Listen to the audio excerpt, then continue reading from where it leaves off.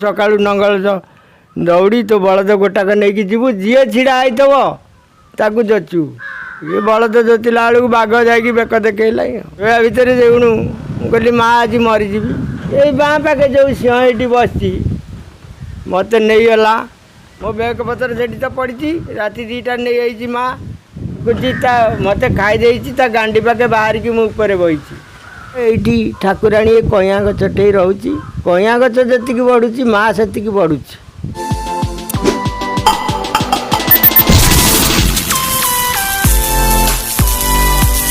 Hello hi नमस्ते आशा करुँची भले थे समस्ते। आज एक चमत्कार जगह को ऐतिहासिक जगह को आम आसीचु माँ रामचंडी पीठ गड़माणेत्री खोर्धा जिलार माँ रामचंडी पीठ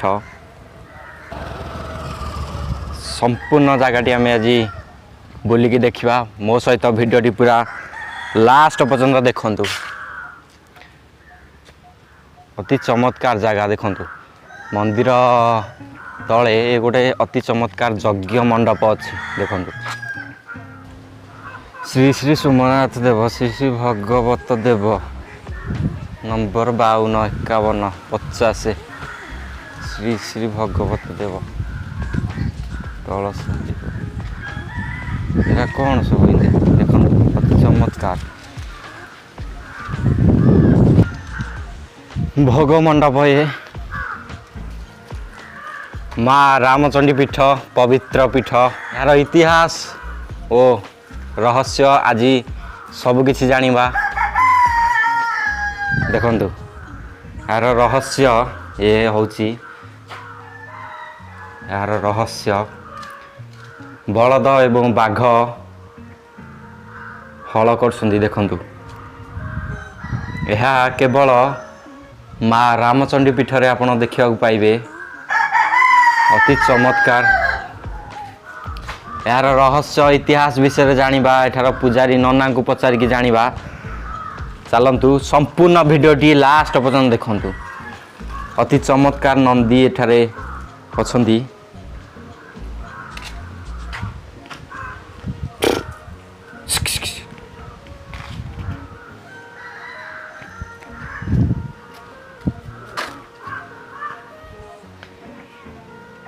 सो चलतु बर्तमान ऊपर को जीवा चप्पल जोता ऊपर को नियंतु नाही तले लिखाई जाइए अति चमत्कार वाओ ब्यूटीफुल देखंतु एमिति मंदिर आगुरु आपण केबे देखी नथिबे प्रथम थर देखंतु अति चमत्कार वाओ एमिते सिंह मान को छोट बड़ सिंह प्राय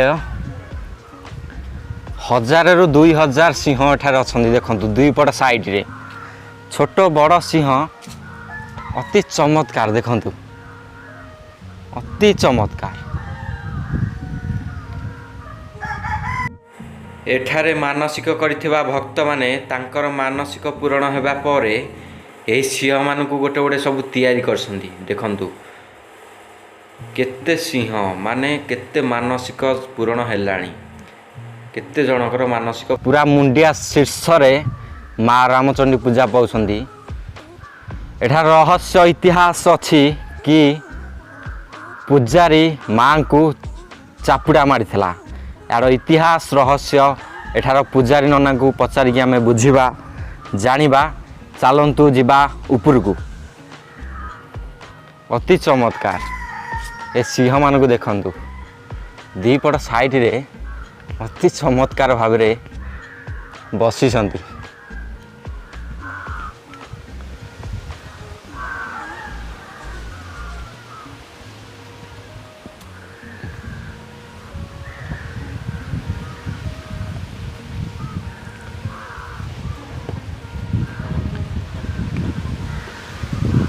अति चमत्कार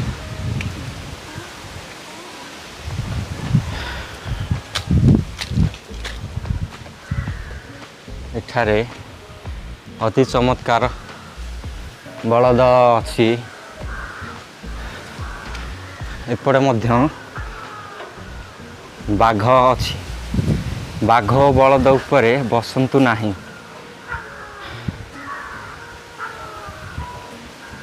अति चमत्कार देखंतु होली रे बलद को होली मरा है जाइछि। बाघू मध्य होली रे रंग करा है जाइछि।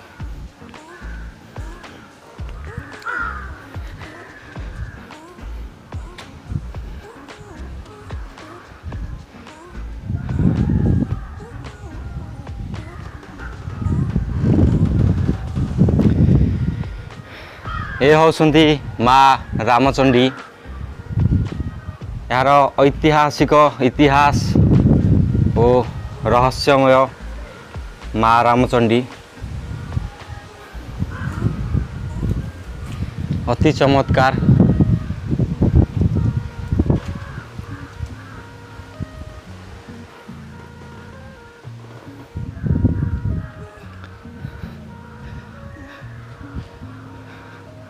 भक्त माने छिट सिंदूर नड़िया शंखा बहुत मात्रा बांधी अति चमत्कार भाव देखंतु पूरा गछ सारा छिट शंखा सिंदूर नड़िया अति चमत्कार।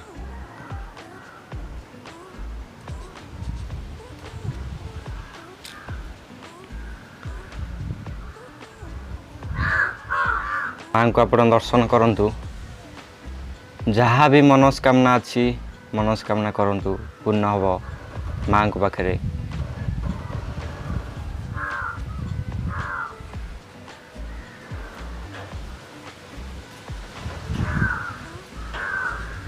अति चमत्कार।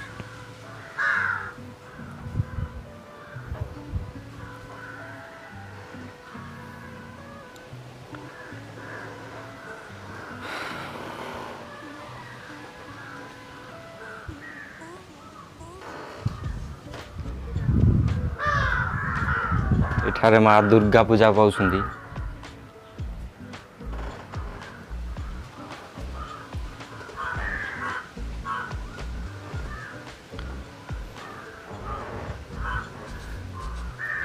एठार माँ रामचंडीकर पूजारी नना ए मंदिर इतिहास और रहस्य विषय दीपद कहिबे आपण शुणु। यार इतिहास और पूर्व घटी जाइथबा घटना नना आमको कहिबे शुणु।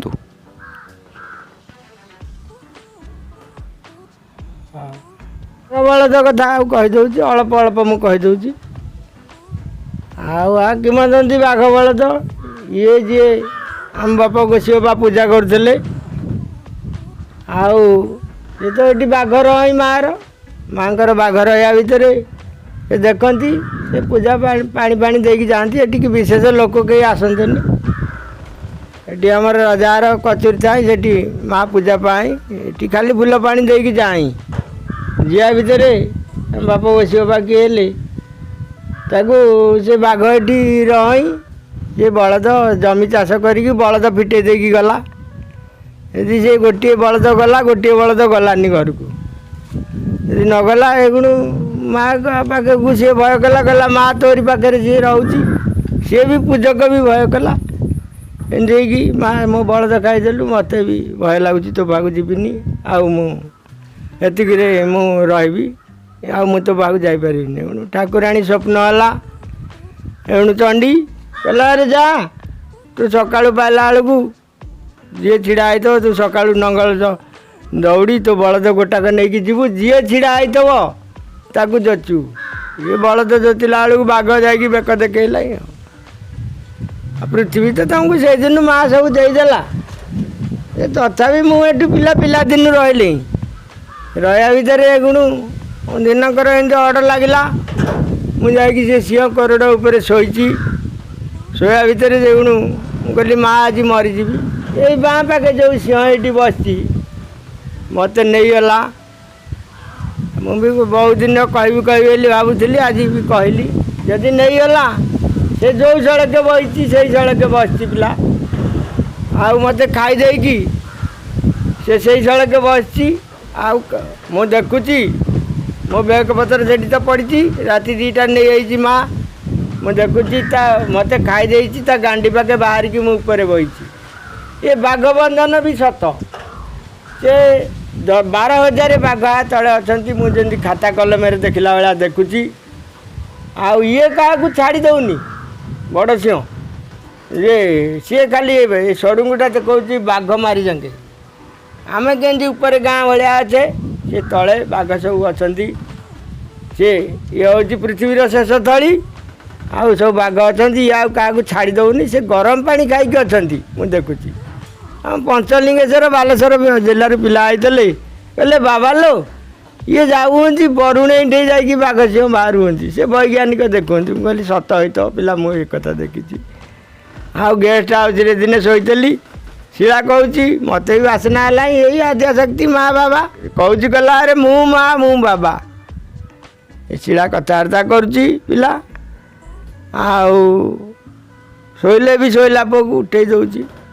ଦେଇକି ସବୁ ପ୍ରକାର ଇଏ ରାମଚଣ୍ଡୀ ଚଣ୍ଡୀ।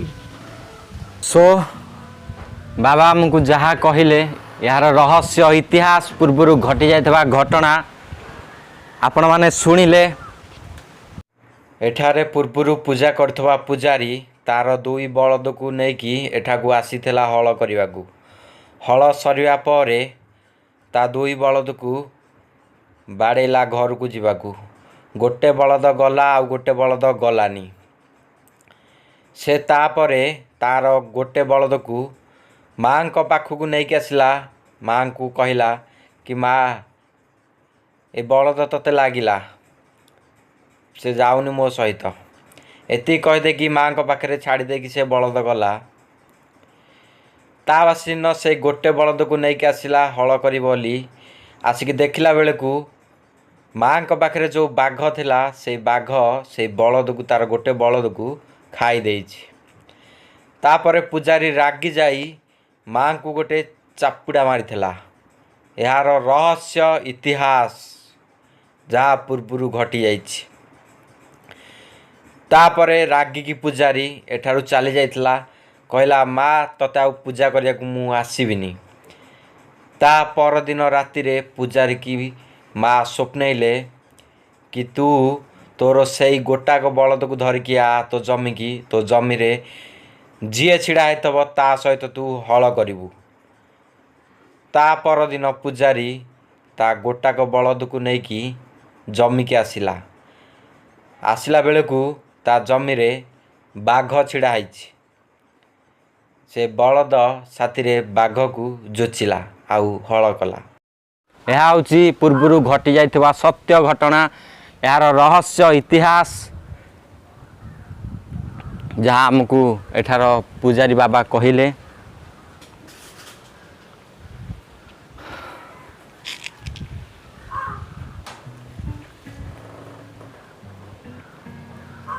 ସୋ ମାଆଙ୍କୁ ଆପଣ ଦର୍ଶନ କରନ୍ତୁ।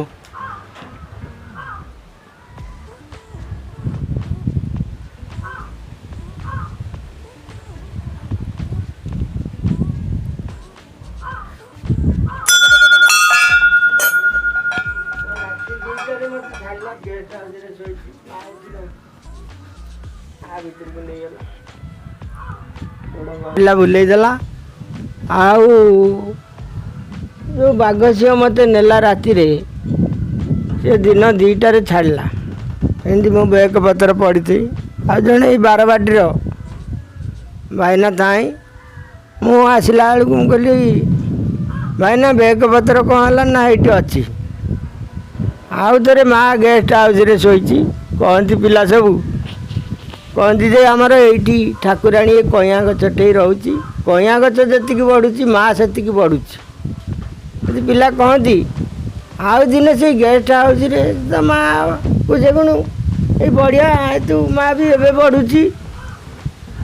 ପୂଜକ ଜାବଡ଼ା ମାରିବାରେ ଏ ଯେ ହାତ ନ ପାଇଲା, ଏଣୁ ଅଭିମାନରେ କହିଲା ମୁଁ ସିନା ଗୋଟାଟେ ତୋତେ ମାଜଣା କରିବି, ଆଉ ତୁ ତ ଏମିତି ବଢ଼ୁଛୁ ମୁଁ କେତେ କରିବି, ଆଉ କେଉଁଠି କ'ଣ କରିବି। ଜାଗଡ଼ା ମାରିକି ଅଭିମାନରେ ଗଲା।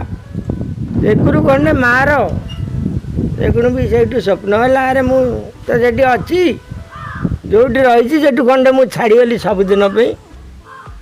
ଆଉ ବାବାକୁ ବି ବାଘ ସିଂହ ଖାଇକି ବସିଲେ ଆଉ କ'ଣ କହିବି। ସୋ ଏହାର ଇତିହାସ ରହସ୍ୟ ବିଷୟରେ ଆପଣ ବହୁତ କିଛି ଜାଣିବାକୁ ପାଇଲେ। ଆମର ବାବା କହିଲେ ଆଉ ଗୋଟେ ଇତିହାସ ରହସ୍ୟ ବିଷୟରେ ଆପଣଙ୍କୁ ଦେଖାଉଛି। ଦେଖନ୍ତୁ ଏ ଯେଉଁ ପଥର ଆପଣ ଦେଖୁଛନ୍ତି, ଦେଖନ୍ତୁ ଅତି ଚମତ୍କାର ପଥର ଓ ରହସ୍ୟମୟ ପଥର। ଏ ଦେଖନ୍ତୁ ଅତି ଚମତ୍କାର ରହସ୍ୟମୟ ପଥର ବଢ଼ି ଚାଲିଛି। ତା ଉପରେ ଦେଖନ୍ତୁ ଆଉ ଗୋଟେ ଛୋଟ ଖଣ୍ଡ ପଥର ଅଛି, ସେ ଲାଖି ରହିଛି, କେବେ ବି ପଡ଼ୁନି। ରହସ୍ୟମୟ ପଥର।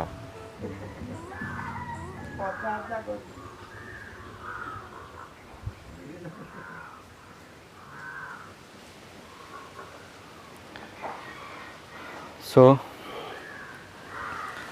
ଏହାର ବାଘ ବଳଦ ରହସ୍ୟ ଇତିହାସ ଓ ଏହାର କଇଁଆ ଗଛ ବଢ଼ି ଚାଲିଛି, କମିବାର ନାଁ ଧରୁନି। ଇତିହାସ ରହସ୍ୟରେ ଭରା ଏ ମା ରାମଚଣ୍ଡୀ ପୀଠ। ସମ୍ପୂର୍ଣ୍ଣ ରହସ୍ୟ ଇତିହାସ ଆପଣ ଆଜି ଜାଣିବାକୁ ପାଇଥିବେ।